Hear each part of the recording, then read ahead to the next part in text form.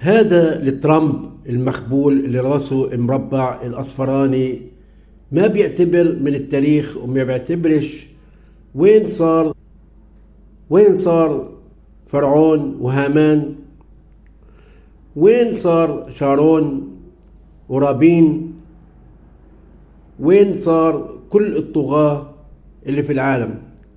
اسمعوا هذه المقابلة مع المخبول الأصفر أبو راس مربع. أنا كنت على علم بكل ما كانت إسرائيل تقوم به. قتلوا على الأرجح 70,000 من عناصر حماس، ولقد قلت أنه آن الأوان لإنهاء الحرب، وإذا سننتظر لنرى ما الذي سيحصل. بالنسبة لسؤالك ربما بشأن الأسلحة، نود منهم أن يسلموا الأسلحة. وافقوا على ذلك سيتعين عليهم فعل ذلك، وإذا لم يفعلوا هم ذلك نحن سنفعل ذلك.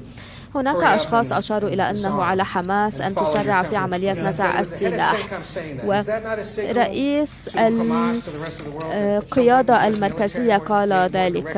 هل سيتعين عليكم التدخل العسكري؟ لن نحتاج إلى الجيش الأمريكي، نحن منخرطون في هذه العملية، ولو نكن منخرطين لم يكن ليتحقق السلام.